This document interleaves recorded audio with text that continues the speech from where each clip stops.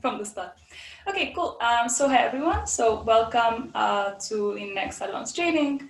So what I'm going to do today, so I'm going to be talking about second speeches. So that's whip speeches and deputy speeches. So to start,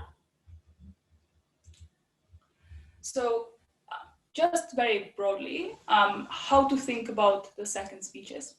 So I think some people might have a different opinion on that, but at least in my philosophy and the way I view second speeches, deputy speeches and whip speeches have a lot in common, and they both work on very similar principles. So to outline some of these principles at the start, I think one of them that is quite important and has an impact in both how you structure a speech or how you go into what's your strategy during prep time or during the debate itself, is that you as a second speaker is kind of like the first speaker's biggest sim. So what I mean by this is that you probably shouldn't be going into debates with like the expectation that you're going to be the one who's gonna like come up and deliver some like insane, incredible argumentation, like completely new argument that everyone's gonna like have their like jaw drop. Instead, your goal should be one, before the debate even starts, help your first speaker to deliver as good speech as possible, and then your role is to be center your speech around theirs and kind of defend it, strengthen it, and position it. So your first speaker, in most cases, is meant to be kind of the star of the team, and you are the one who's kind of strengthening them and making them perform at their best, because they are the ones where the bulk of the case is going to come across. So the common main purposes then of both whip speeches and deputy speeches are three. So one, it's the responsiveness, so rebuttal. You tend to be significantly more responsive than the first speaker, given they are the ones who are doing all of the analytical, the mechanistic robustness. Second, it's rebuilding, so that's strengthening what your partner already said, filling in gaps, etc. And thirdly, it's a lot of weighing, a lot of strategic commentary, happens both in deputies, even more so in whips. So all of those things are common to both deputy and whip speeches. There are obviously some differences between deputies and whips. I think one of them, main one, is that the whip has more control over the debate, given that they've seen it happen, meaning that they also have more material to deal with. But then the deputy relies much more on predictions, because there's 4 or 5 more speeches to come. So they have to predict much more, rather than the whip, who has higher certainty of what is about to happen, what already happened in the debate.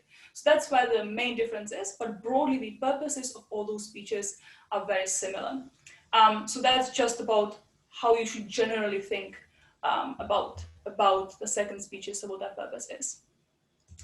So going on into structure, this might look scary. I promise I'm going to try to walk through it as clear as possible. Also, feel free to put any questions in the chat. I have it open. I'm looking at it. So if there's anything that's unclear, just let me know and I can answer. So I think one of the main problems that very often people have with second speeches is that, unlike the first speech, where sometimes the structure is very, very straightforward, especially if you're like having set arguments, set cases, you start with mechanisms, then you have 1, 2, 3 arguments. The deputy speeches and the whips can be slightly more confusing, given that you need to adapt yourself quite a lot during the debate. So very often what people struggle with is how you do actually structure. Can you actually plan how you're going to structure it?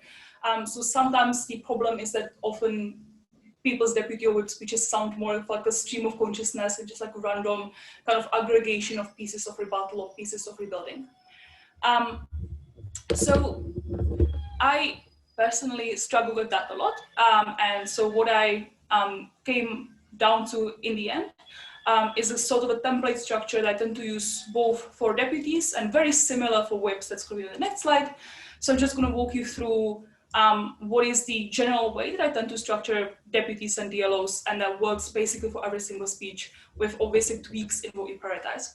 So in terms of the deputies, as I said, your speech, so Lena says she feels so called out. That was not a call out, like genuinely a problem I think most people have. But so as I said previously, most of your speech should be centered around the speech that came before you, so your first speaker speech, so the PM or the LO. So if you imagine that your PM and LO delivered 3 arguments, that's quite a lot, like probably usually not 3, but say they delivered 3 arguments and they are all really good. The center of your speech should be you going through these arguments again. Now, that doesn't mean you're going to repeat them. Definitely you shouldn't repeat them. You're going to be going through them again, focusing on different things that they focused on. So what they did is probably be very mechanistic and robust in the analysis. They outlined all the mechanisms, etc. You are going to be going around with them from slightly more strategic perspective. So to illustrate, say that your first speaker delivered an argument A. So I'm going to walk through it again, but instead of just repeating it, I'm going to 1, contextualize it within what happened in the top half. So I'm going to outline to the judge again, why will this argument that my first speaker delivered matter? Now, my first speaker might have done that already. For example, in PM, they might have delivered some like characterization or like actor analysis, incentive analysis, or whatever to make the argument, frame them as important. Now, I have the advantage of already hearing what the LO has to say, what the other side has to say in general. So I can contextualize it again and make it even more relevant because I've already have the context of what the opposition side is saying more concretely. So after I contextualize it, I want to go through what my partner said. So this is the rebuilding part. So when I'm saying what my partner told you, I don't mean repeat what your partner actually said, but fill in the gaps. So I'm going to say, my partner told you this, but instead I'm going to deliver a better version of what they said, fill in exactly the gaps. So I'm going to listen, maybe they didn't impact it properly. So I'm going to redeliver the impact specifically. Or like maybe they were unclear, it sounded very abstract. So I'm going to redeliver it with emphasis on giving examples. So I'm not going to repeat anything. I'm not going to repeat the exact analysis, that will be a waste of time, but I'm going to specifically redeliver the things that my partner missed out. So after I have that rebuilding done, I'm going to ask, what did they say in response? So probably the other side did engage in some manner. Either they offered some rebuttal, so they directly engaged, or 2, they had an entire point that maybe clashes with what my partner said on this specific argument. So I'm going to outline what they said, charitably, as we talked about last session in the rebuttal, and I'm going to respond back. And after I do that, I can just summarize once again, very clearly, why am I winning on that clash, why the point still stands, and reiterate again why it matters, kind of weigh it. So these are the broadly 4 steps that I'm going to do for each of the arguments, each of the main points that my partner delivered in their speech. So that should be the center of the speech. So A, contextualization, 2, rebuilding. Once I have the good version, better version of my partner's argument out there, I'm going to respond, rebuild it against the responses that the other side gave, and 4thly, I'm going to weigh it off. Is everything clear on that, hopefully? If anyone has any questions on just that micro thing, I can clarify. If not, then good. So I would do that for every point that my partner made. Now, in terms of the order, I think you can see that I kind of swapped the order. So I went from argument 3, argument 2, argument 1. So I did this under the assumption that all of the 3 arguments were equally important and they were extremely relevant. So if this happens, what I tend to do in the deputy is that I swap the order in which my partner delivered it. The reason why I do it is very often, if you have 3 really good arguments, your partner probably had the least time to develop the 3rd one. So if I start with it, I'm going to have more time to go through it and rebuild it because that argument probably needs it the most. So I can leave the first argument where they probably spend the most time last, because even if I maybe don't manage to say something, it probably was already strong enough from their speech. So this is under the assumption that all of those arguments are equally important. Obviously, if one of those arguments is absolutely crucial and one of them is kind of less relevant, then I'm going to start with the one that's the most crucial. But again, the swapping is only if genuinely all 3 of them are really crucial. Cool. So that's the center, the kind of more constructive part of the speech where you're doing all the rebuilding, centering your partner. So before I do that, you have your extraneous rebuttal. So that's the purple one. So this is you responding to what the other side said. So this is, if they said something that doesn't necessarily clash with you, so you have to make it irrelevant, you still have to engage, but it doesn't like necessarily interact with what your partner is saying, I'm going to put it at the start of my speech and I'm going to extraneously rebut it. So we already went through it, so just very quickly, because last session we did the entire session on rebuttal. You outline what they said, charitably, you respond back, explain why it is less relevant, why it is untrue, any of the ways that you can rebuttal. And lastly, again, you preemptively weigh it. So you say how this interacts with the material that your partner said, the material that is to come, why it is less important. So I will do that with every like major point that they made, every crucial point that they made. It doesn't interact with what my partner is saying. Because with every clashing point, I'm already dealing with within like the yellow ones, right? Because then like it clashes with what my partner said. So I'm engaging as I am rebuilding my partner's analysis. Cool. So this is the center of the speech. And obviously you have some kind of introduction and you have some sort of conclusion at the start. When it comes to introduction, very often you are using the introduction to kind of do the preemptive weighing. You tend to do some sort of nice sneaky characterization. If you've been coming here for some time, we did the whole session of characterizations. Sometimes the intro is a way to kind of fluffily insert yourself in it. And lastly, on the way up, it's at the very end of your speech. Again, you want to be very, very clear, specific metrics on which you are winning, justify why those metrics matter most, and make it very, very clear, especially, for example, at the end of DLO, why you are winning the top half, why you are also likely to win against the bottom half, because what you said was already the most important thing in the debate and justify it. Cool. So at the end, just to very quickly summarize, the speech would start with some sort of introduction, then you would go into extraneous rebuttal points that don't engage with your partners or your substantive case. After I deal with it, I'm going to go through each of my partner's arguments, but in commenting on it in a much more strategic way, from the strategic perspective, and then I'm going to end it with some very general and clear weighing about how I'm interacting with the rest of the top half. Does this make sense? Get if this was maybe confusing for anyone. If anyone has any questions right now, just type it in the chat or unmute yourself, and I can go through it, go through something unclear and re-clarify. Cool. Okay. So this is going to be quicker because it happens to be very similar for the whip speech. So I think very often when it comes to people describing how whip speeches should be structured, I think they have two ideas. So very often novices are being told two different ways how to structure whip speech. So you should either go by team, or you should go by some sort of like clashes. Now, I think that neither of these two approaches is good to do in all cases. So, for example, if you're going to go team by team, you are risking that you're going to be repeating yourself a lot. So, for example, if both OO and CO are talking about broadly similar things, you might be having very similar responses to both of them. So if you're going team by team, you're just going to be repeating your rebuttal over and over again, and it's going to be tiring and you are wasting your time. If you are going by clashes, sometimes this might be harder to come up with them, especially if the debate's kind of messy and it's like weird and you can't figure out what the clashes are and everyone's talking about something else. Your speech is going to end up being a mess because there are no quite clear issues that every team engages with. Given that, I do not think that focusing on going either team by team or by clashes is a helpful approach. I think, again, the structure or the template that I'm kind of about to outline ends up being quite flexible, and you can kind of tweak it based on how the debate that played out looked like. So it is very similar to how the deputy speech went. So again, say my partner had 2 extensions.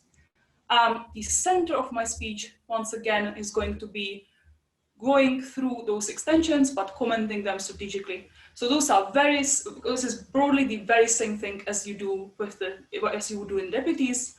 Both the contextualization, again, this is a really helpful way you can weigh it. For example, you can start by saying, opening government said this, there was a gap in here, this is how we are going to fill it. So you contextualize point will matter or mattered in the debate. Second, what my partner said, again, broadly walk through it, rebuild, add the examples, add the impacting, add mechanisms that your partner might have missed, that you can sneakily still add in as a whip. Thirdly, I'm going to explain how it interacts with the diagonal. Because I already weighed myself on the bench, now I'm going to explain how the point interacts on the diagonal. So if I'm CG, how it interacts with OO, or I'm CO, how it interacts with OG. Then I'm asked, how did closing respond? So if I'm CG, I'm going to say, what did the CO member respond to my partner? I flag if they did not. If there was no engagement, I want to be very clear to a judge, no, they didn't respond. But if they did, again, I respond back. And finally, I weigh up, why does this point matter? Why does it win the debate? So again, I repeated for both of the extension points that my partner made, or he just made one extension point, I'm going to walk through the one. Cool. So that's again the constructive center. Then again, if there was any point that any team made that doesn't clash with your points, I'm going to do it extraneously. So I'm going to place it before the constructive points and walk through it in the same way. What did they say? I respond back. How does it interact? I think very importantly, explicit responses to both to closing government if you are CG, if you are CO, or CO if you are CG.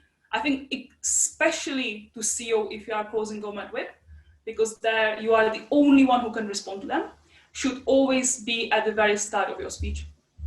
So where's that chat? Okay, as opposed to, do you always stick to this ordering if you happen to do the team by team structure, as opposed to prioritizing each the team that you are trying to beat? So I never do a team by team structure. I think so I'm gonna explain how it sometimes, this template sometimes tweaks into a team by team structure if the debate's really messy. But again, I think if it comes to prioritizing the team you're trying to beat, when you're walking through the argument, so for example, if I'm whipping one of the extensions, if I know that the team that I need to beat is OO and I am CG, I'm going to prioritize the part when I'm explaining how it interacts on the diagonal. So I'm maybe going to spend less time explaining how that point is weighing over OG, because it's so good, it's clear that it was better than OG's point. But I'm going to spend significantly more time explaining how it interacts on the diagonal. And I'm going to do that for both of my extension points, if that makes sense. Otherwise, I'm not sure if I understood the question. So if you want to rephrase it, I can try to answer it again. Yeah. So where I was on the CGCO responses, I think they should always be at the start to make it clear to judges how you are engaging. And also because if you leave it at the end, for example, if you are CG whip and you leave your rebuttal to CO at the very end of your speech, maybe what can happen is that you're going to run out of time, you're going to forget about it, and then that entire case is going to stay standing because you did not engage, because you are the only one who could. This is why you should always put it at the start and get that engagement out of the way. Obviously, this doesn't mean that you should spend massive amounts of time on them if they were bad. Spend 30 seconds on them for anything it counts. If they were bad, just respond very quickly. But make sure you do that response at the start of your speech, because otherwise it might be a big problem for you if you run out of time and you don't do that. And again, same as with the deputies, you have an introduction where you can characterize, kind of very clearly position yourself within the debate with some fluffy intro characterization, and you have a final way up that you should always end with, summarize again very, very clearly how you are beating all of the teams in a couple sentences to reiterate what you've already been doing throughout the speech. Yeah, so again, your whip speech will probably look like intro, responses to the other closing, extraneous rebuttal, walking through the extension strategically, and way up at the end. Does this make sense to everyone?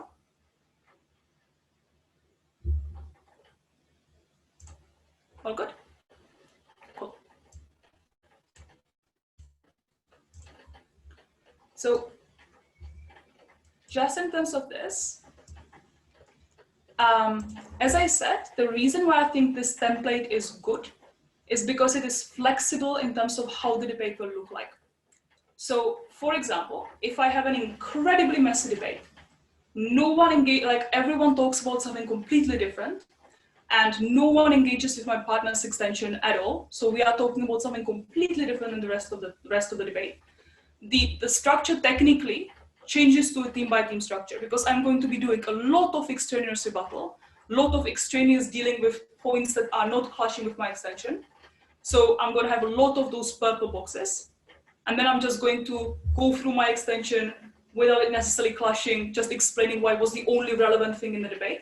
So I'm technically going to be kind of going team by team, or like big argument by big argument. So I'm going to be mitigating the claims of everyone else, explaining why they're less relevant and why only my extension matters in the context of the round.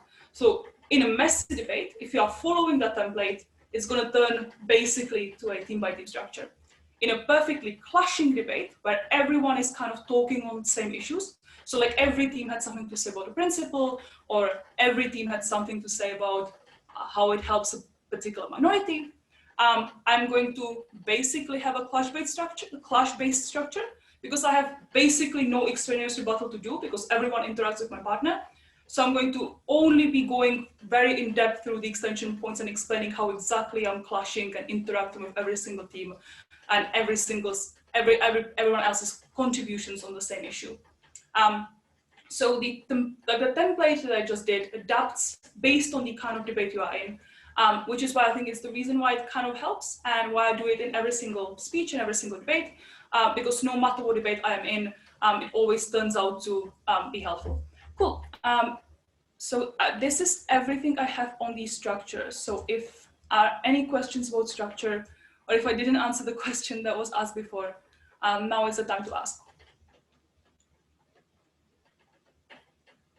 Also, I'm gonna post, one, you're gonna have the slides available, but I can also just post us like the pictures of the structure if anyone wants to have that specifically, if you want to go through it by yourselves. Okay, so in terms of prioritizing, so obviously, even though I just gave you like 8 different things that you should be doing within your whip speech or within your deputy speech, I think it's understandable that you won't be able to dedicate enough time to absolutely everything. So you won't be able to rebuild everything perfectly and respond to everyone perfectly and do great way up. So you have to be prioritizing what of these tasks you are going to be focusing on. So a question that people sometimes ask is, how do I know what should I focus on? Which of these tasks should I do? So one, I think you should prevent having to do more than you actually have to do. The one way you should do it is that make sure that your first speaker is mechanistically like robust and they push through the important analytic links as a priority.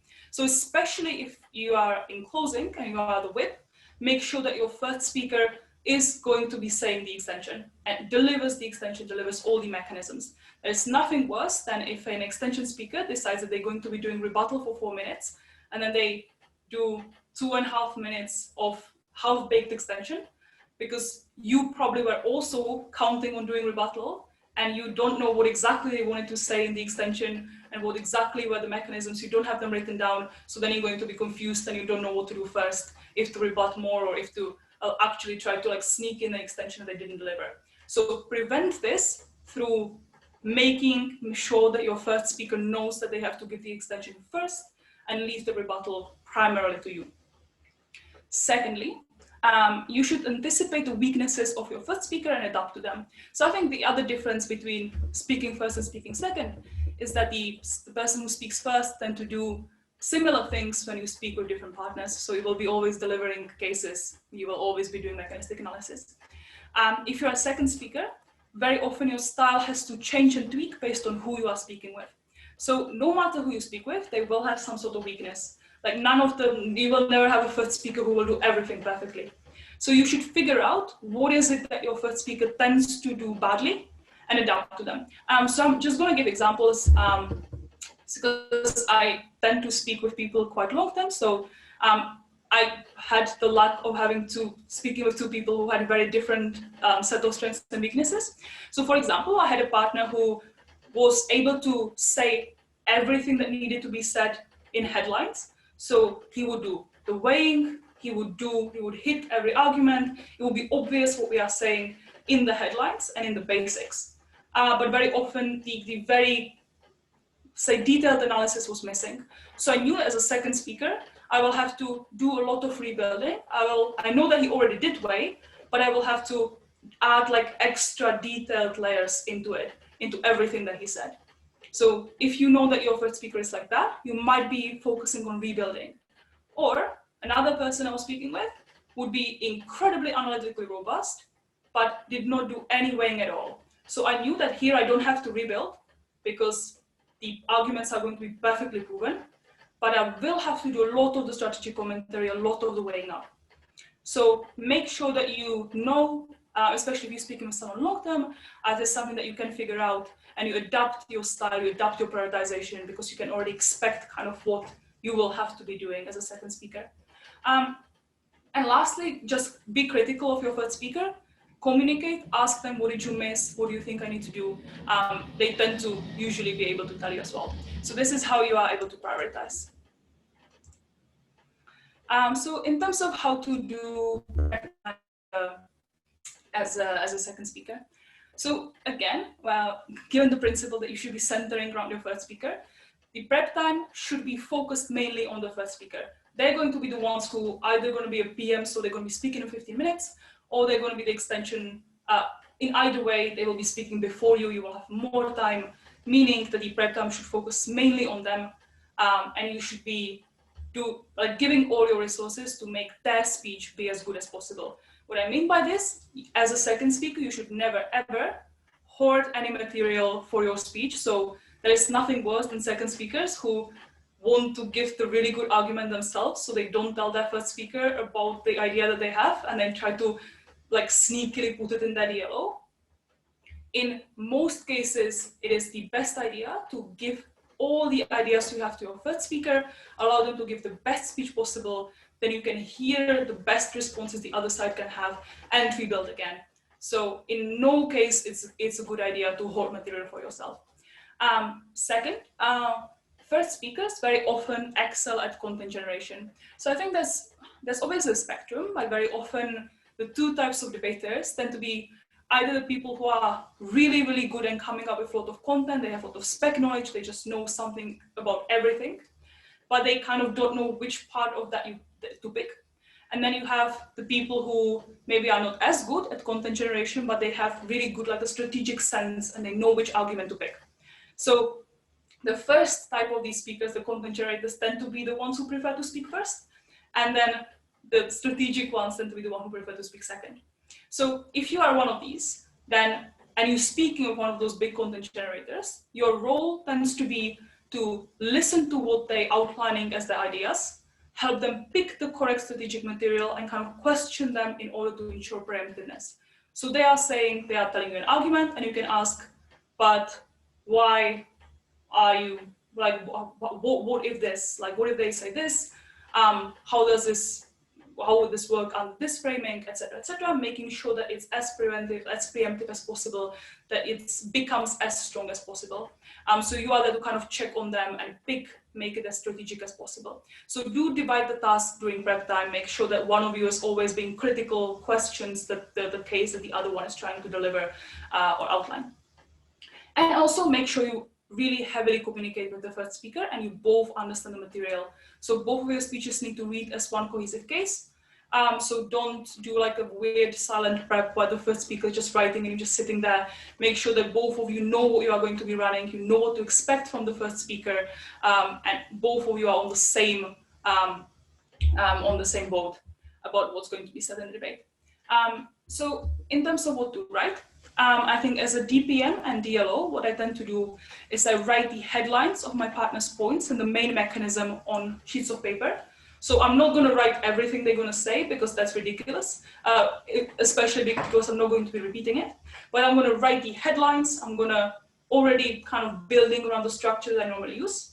And I'm going to leave a lot of space for the rebuilding and responses. So then I'm going to go to a debate and I'm going to listen. I'm going to kind of add under mechanisms that they are saying what I'm going to be adding as a rebuilding. I'm going to add what they responded. I'm going to write down my responses back, etc. So yeah, just having the brief outline when you go into a debate is useful, but obviously don't write down the concrete links. You're not going to be using them. And And if you are a DPM and DLO, you can also during prep time already pre-write a rebuttal to a point if you know the other side is obviously going to make it. Don't like prepare rebuttal for things that you expect they might say, that might be a waste of time. But if you know they're 100% going to say something, you can already pre-write it in prep time, so then you have more time to listen during the debate. So it's broadly in terms of writing. As a whip, you probably won't write much because you don't know what exactly the extension is going to be. Again, you can write the list of the extensions, list of the main mechanisms, to kind of know, just in case you forget the debate what we actually discussed. But again, like you probably won't go into debate with much written. Okay, everything is clear on the prep time. If there are any questions now, you can ask. Cool, looks like none. Okay, so in terms of what you do during the debate,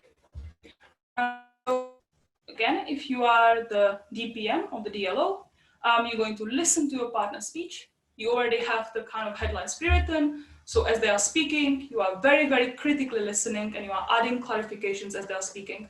So I'm hearing them, I see this made little sense, they didn't really link this. I'm going to note that down, making sure that I'm going to say it in my speech.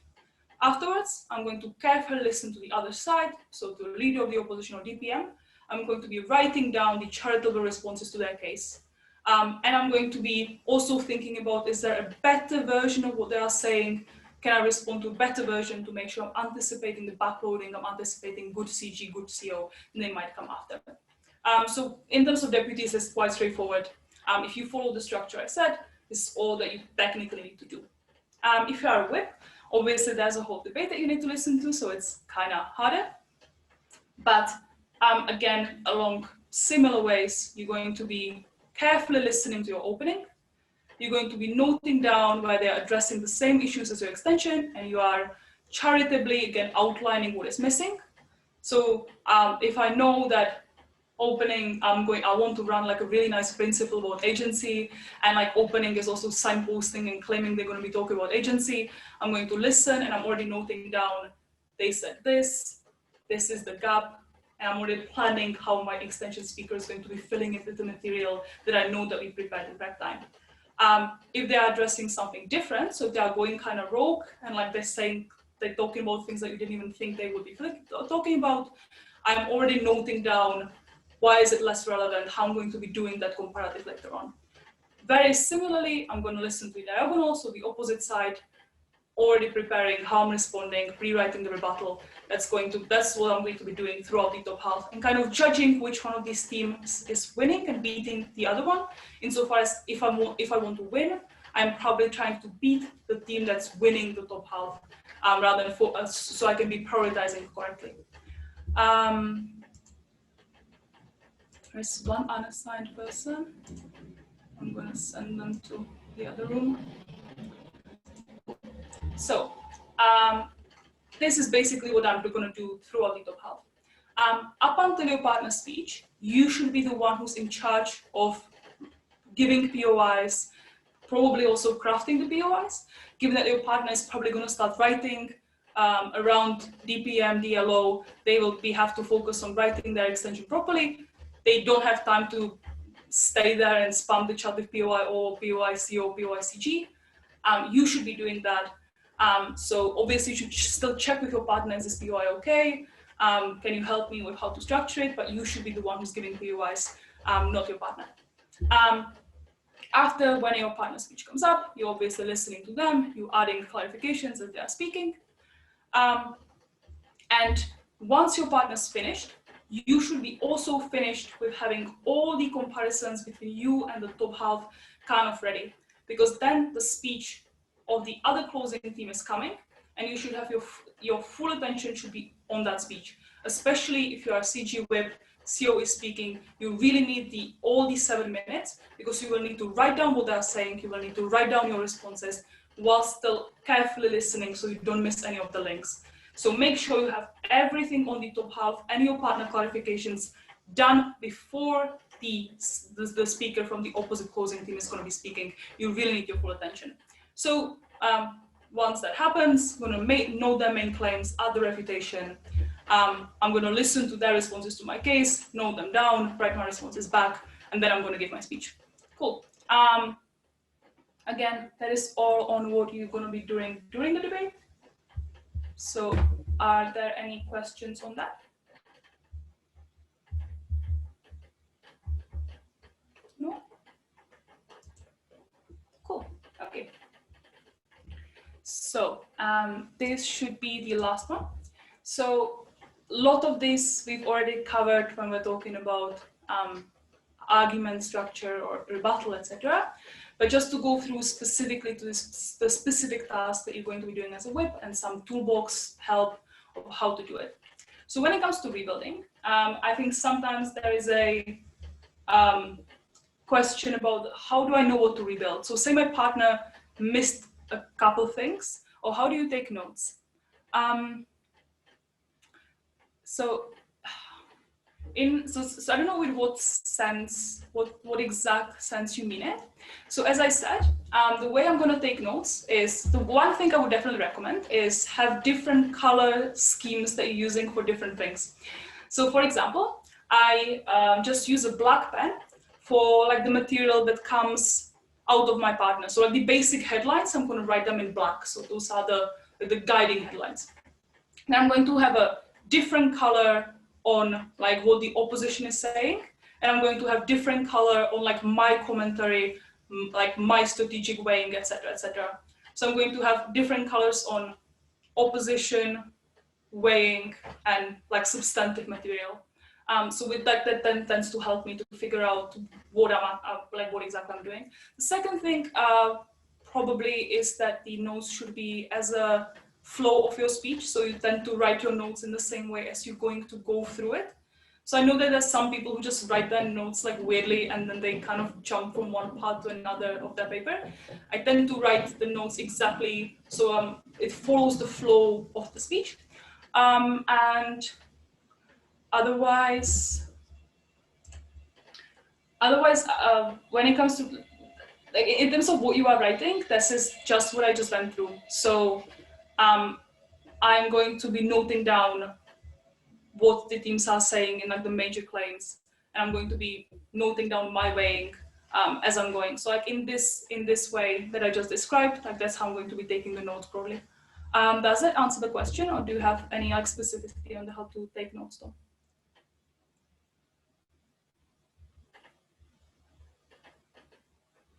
Cool. No, I was actually, I wanted to like take a picture of like my notes, but like I figured out that we happen to throw my direct notes in Jacklin's Sutrash. So I literally don't have any notes. I couldn't find anything. So otherwise I would give you an example. Maybe I'm gonna find some, and then I'm gonna, I might, okay. And then I'm gonna give you,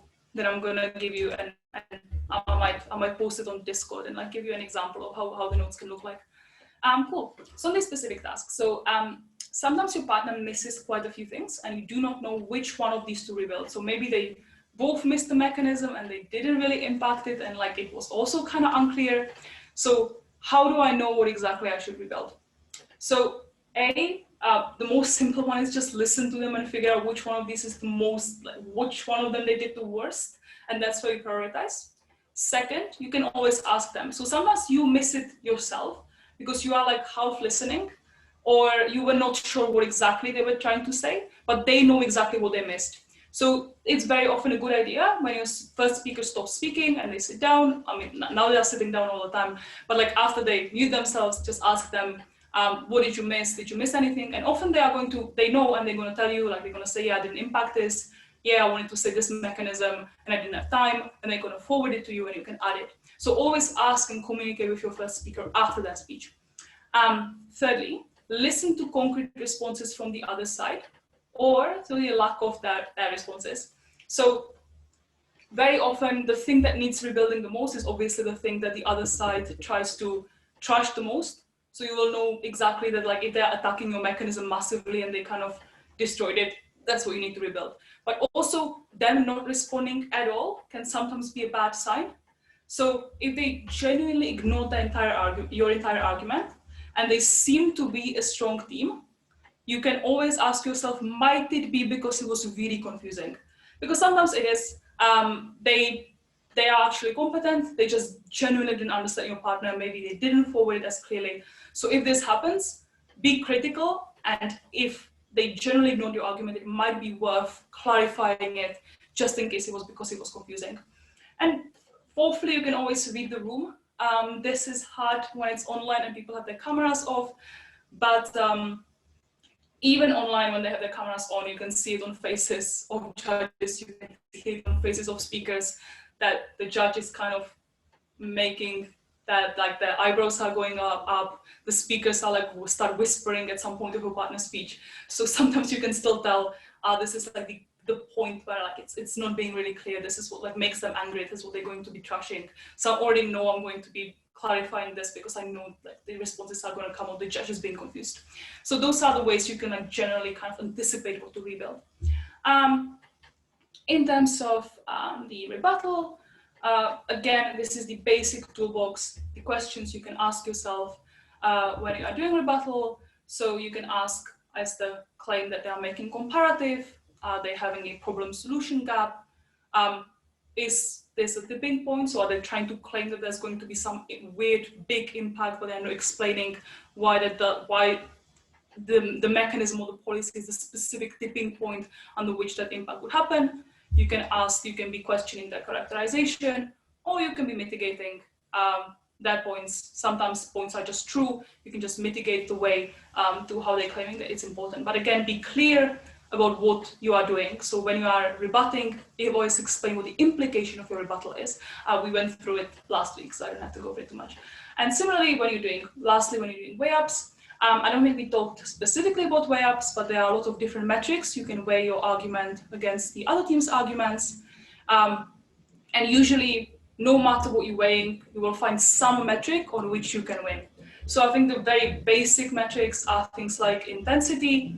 So maybe the harm that happens on my side is just so much more intense than on theirs. Scale, maybe my harm affects more people than their harm. Maybe something that is unique.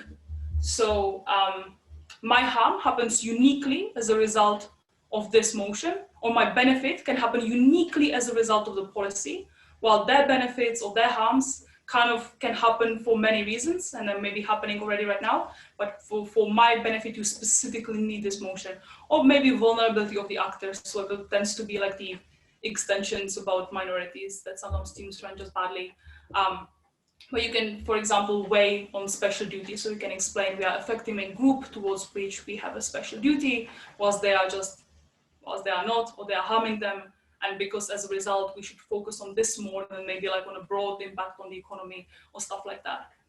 So those are the broad kind of metrics you can use. And you're probably going to be clashing on which metric is the more important one, right? So maybe you are going to have the more intense impact, but they're going to be the ones who affect more people. So you need to do some sort of comparison, you need to do some sort of justification why your metric matters more than that. Yeah, so those are broadly the toolboxes that you kind of can use when you are fulfilling the specific tasks that you have as a second speaker. Cool. So that is 6:55. So I think I'm on time exactly as I promised to Jacklin, so we finish on the same time. So right now we should have a couple minutes if there are any questions or anything that you want to clarify in terms of everything that was in the presentation. So feel free to type or feel free to unmute yourselves.